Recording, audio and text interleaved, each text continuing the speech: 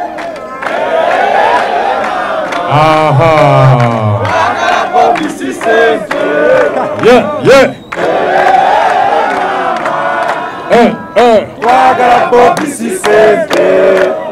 People power.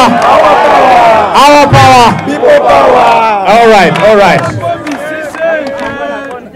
But at least now we know that this revolution is unstoppable. This is a revolution championed by the young people.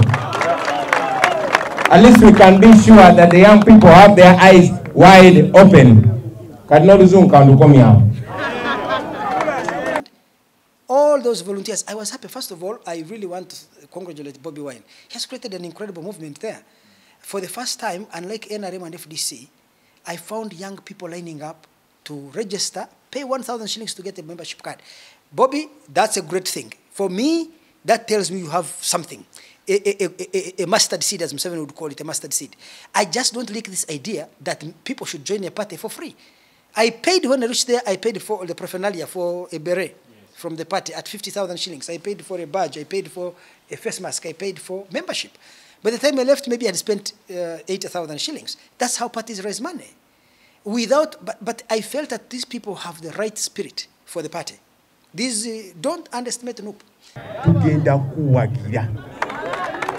Tukoye government yabamusibira mu bbwa tuli bavubuka bato naye batuyisizanga embwa tetufunye ate bo bafunye bo beesigaliza mu buyinza tebeetaaga muntu yenna ayina kyaboogerako. Bobi Wine tulina ennaku nnyingi yetusanze mu kibiina kino emyaka 10 nga tukolera abasajja bano naye tusazeewo olwaleero tuyingire NUP ekiba kibe nekubanga mulabye amazima ne mugoberera amazima tubaaniriza. Tumanyi nti bagenda bakangakanga bagenda bayita bagame mwagala kikatubawe sente endala. Abamu bajja kuddayo ku lwa sente. Nenjagala mumanye nti nendaga nti mugikoze na Kyagulanyi, temugikoze na jasife ba NUP, mugikoze ne bana Uganda. Era ffe bana Uganda be babosi bafa abali abatulaba. Era bajja balabira ku bikolwa byabwe baganda baffe. Nenga tubaniriza nnyo, tubagala nnyo, era twesunze n'otubuuza ate omusajja tumukwata ku mbirizi, tumukwata ku mmemme. Ekyo tulinze mu kitubuliro. You should say a single candidate. I think we should say, are we seeing single candidates?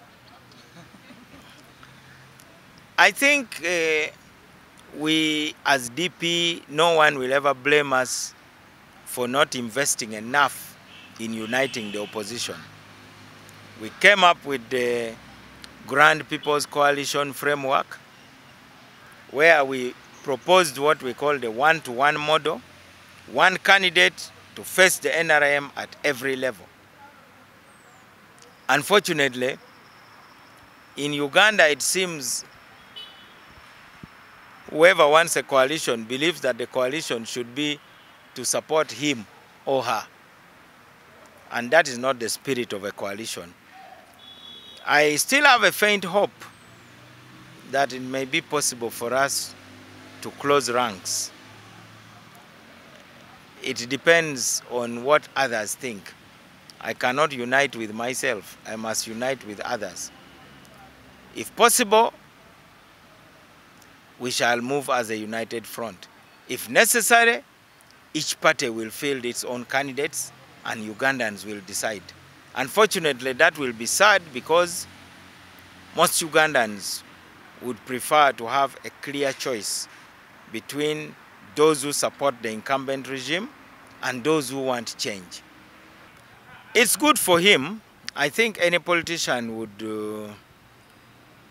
want to be perceived as the one who can score that golden goal. Some of us are not very young. In 2001, we were told that only a soldier can remove Museveni. And therefore, DP was discouraged from presenting a presidential candidate in 2001. We were told that we finally have President Museveni's former doctor, a military man who knows him in and out. Unfortunately, it did not happen.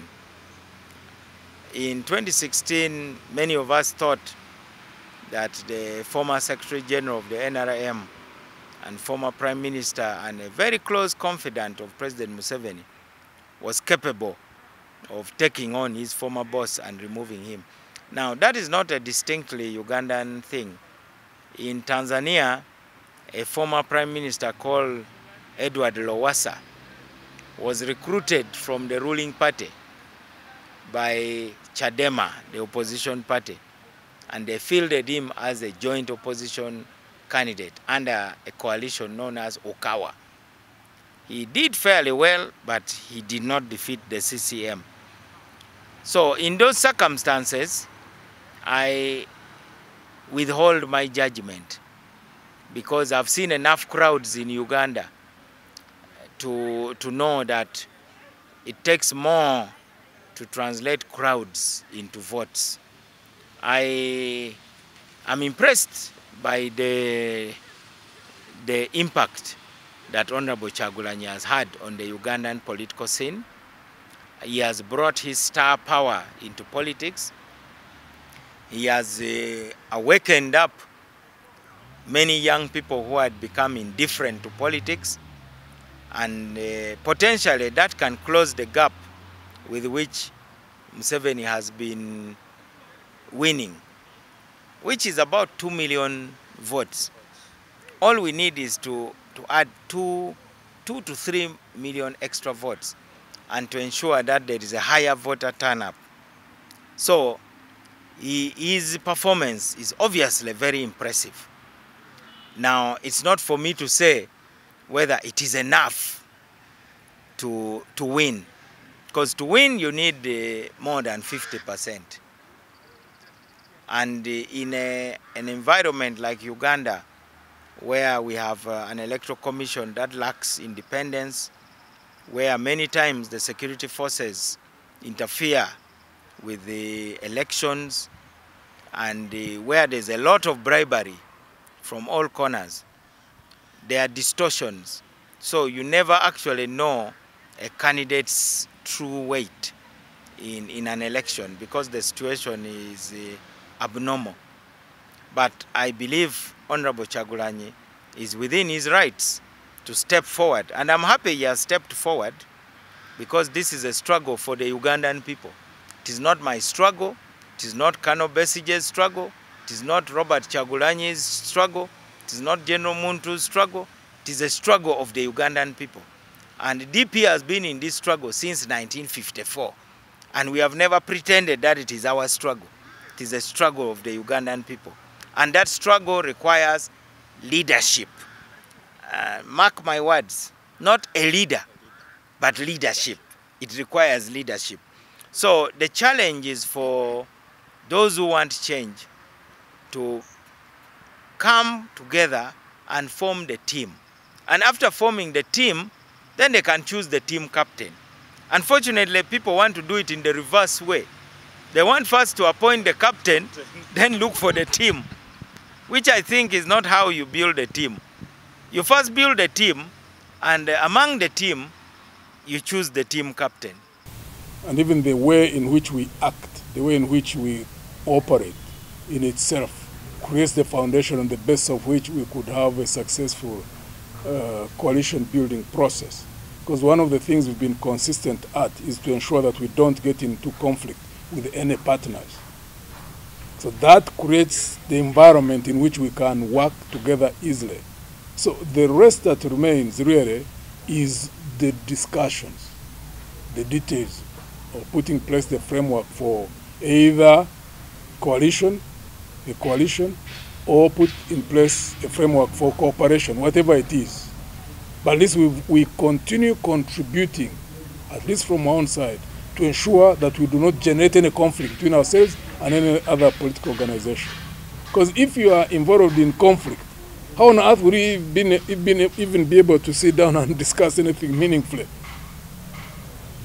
So we believe in coalition building or at least in working on a framework for cooperation. But the first step always is eliminate grounds for conflict, or minimize them or neutralize them. And then you go the second step. How do you relate? If you have got 5 issues to talk about, do you agree on all the 5? Or do you agree on only 3 or 4? Now, if you agree on 3 or 4, are you operating from the mindset that it doesn't matter even if we don't agree on the 2?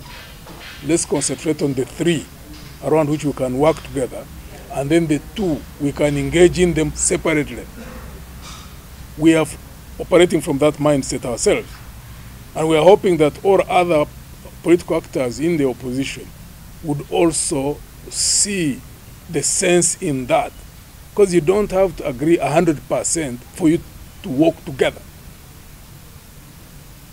And if those 2 are agreed upon, largely, those principles, then it will be easier for us to succeed in whatever we determined to do.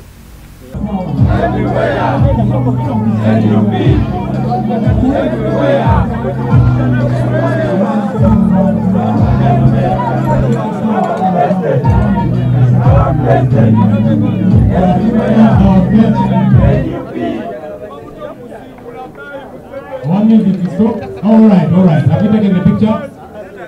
People power, our power, NUP, everywhere.